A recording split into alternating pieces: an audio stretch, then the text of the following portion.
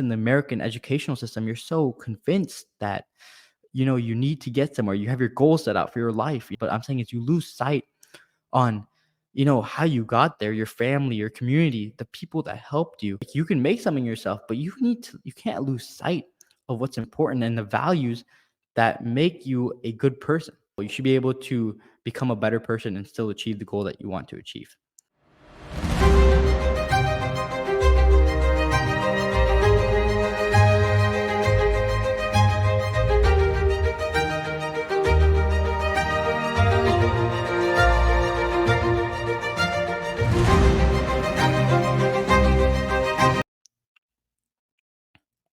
Hello, everybody, and welcome back to the Mindful Matters podcast.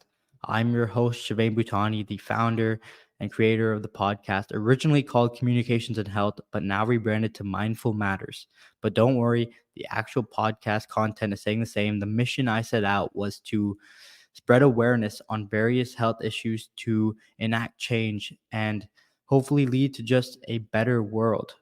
Now, the actual podcast is staying the same. The only reason for the rebrand is just to incorporate a broader scope of issues such as environmental crises or other important issues that need to be notified and brought to people's attention. So, and that actually leads me to today's episode, which is on my journey to Honduras. So, my journey to Honduras was an exciting one. It was very inspiring, very, I'd say, life changing. I mean, my whole perspective coming back from Honduras on just the world, it was truly an amazing change. So, what we did there was we were building schools for the local community to improve the education of the children so that we can inspire future young leaders who can go to a position of power or politics to be able to revitalize the economy in Honduras, which is an underdeveloped community. So going there, I never really used a shovel or tools to build. I didn't have that kind of any experience in that field. But I know that making a difference is something that I believe in, and I knew that this would just be a very life-changing experience and eye-opening. I 100% recommend this to anyone, even if you are on the fence about doing something like this, maybe you're not sure. I 100% just guarantee just going, and it will change your life. Don't hesitate, because I was hesitating. I was going back and forth, and when I took that leap and truly went for it, and I loved it, and I'm actually going to go back again now and make this a very annual thing of going, because it changes your life. Going into my trip now in detail. So, in this trip, when I got there, I was with a small team of some people that I kind of knew from back home. And this trip also helped me really bond with just the people I was with, because it's just you, them, and then the community. So you just all get so close together. I mean, there's no distractions, there's no phones, it's just you, them, nature, and just the place. And you just really get to appreciate life more for how it is when you're not blinded by all these distractions of social media, and can really just halt progress and just make life less beautiful, in my opinion. I mean, this trip, I loved every minute of it. I loved every single minute of every place I was in. I mean, it's an underdeveloped community, and I fell in love with the place because, not just because of the place, the people in it. And you really get to be absorbed in their culture. They take you in as one of their own. They're such nice people. They're so heartwarming. They'll give you everything. They're so trusting. For example, when I got to the first school, these kids threw us a parade because we were helping build the school, and they threw us a whole parade. These kids came up, they gave us hugs, high fives. They were just so nice and just so genuine. And then they tell you their stories of their dreams, their goals, of what they want to do. And all of it is just giving back to their community or helping their families. Nothing is for themselves, nothing is selfish, nothing is for their own self gain. They want to get somewhere because they want to give back and help others. And it's like that with every single kid, and it's absolutely truly inspiring. So when we got there, we landed in El Progreso, We stayed at the hostel, which is the kids' place, the children's home. Basically, to describe it, it was just a bunch of bunk beds laid around. It was everything you needed, I would say. It was very basic. It was just the essential human living things you need. You got running water, you got a bathroom, and you got a bed.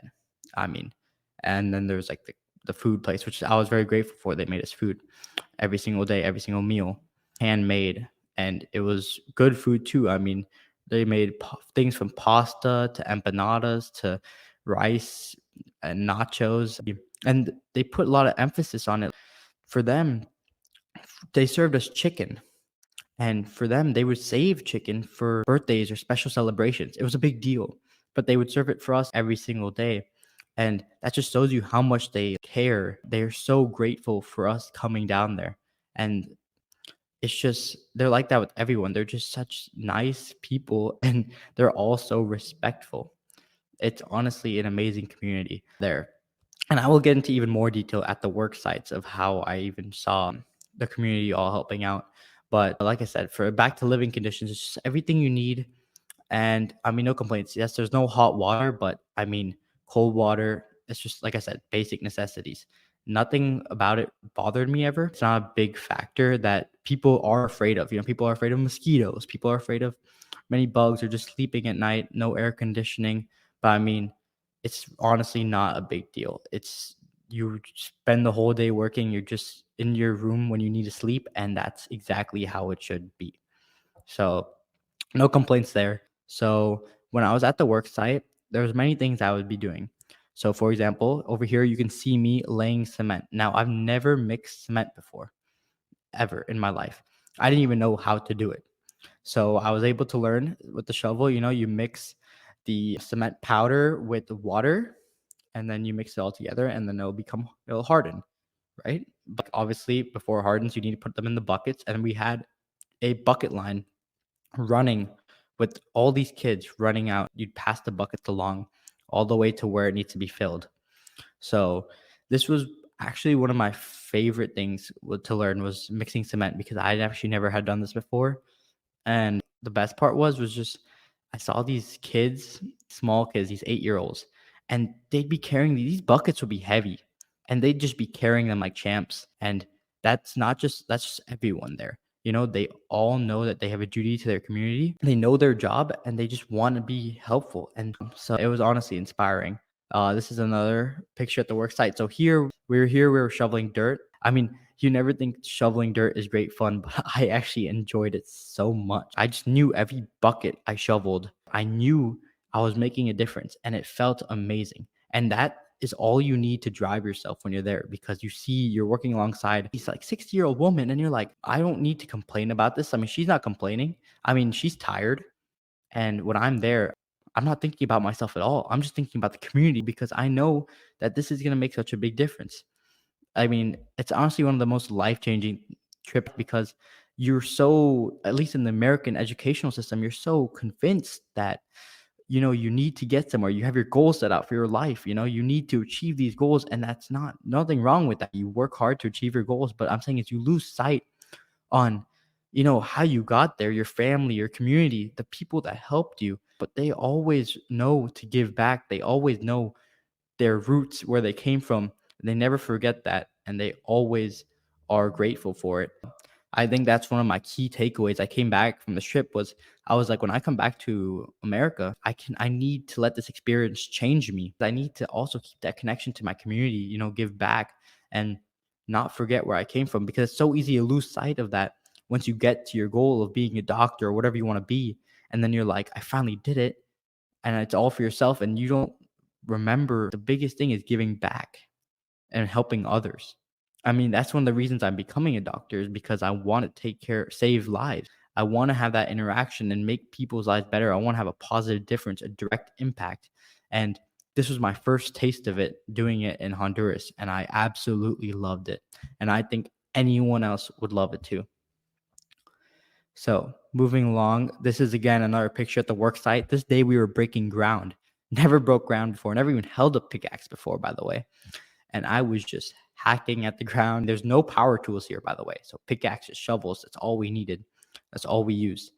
So breaking ground was actually very fun. I think cement shoveling was my favorite just because mixing cement was very cool to me. I've only seen like big cement trucks that makes it for you. So, but breaking ground was definitely also very fun. So that's a little bit about just the work part of Honduras. I'd say that there is a lot more, which I will also be getting into. This trip isn't just hard work. Of course, that's like 95% of it. Their culture is actually one of the reasons that I came down there. You want to learn more, and they're very open and warm hearted. So, one of the best parts of the trip was actually the bus rides. So, that's a friend I met. His name is Brian Palma, and he actually has a podcast as well. One of the things we bonded over, and it was honestly just great to talk to him. So, the bus rides, because in Honduras, their infrastructure, they only have one or two roads to go somewhere. So there's a lot of traffic in Honduras. I mean, to get to the school, which is, by the way, a couple miles, took like an hour, took like 40, 50 minutes. So when you're on these bus rides, and the best part is you don't have your phone. Your phone has no connection, no data.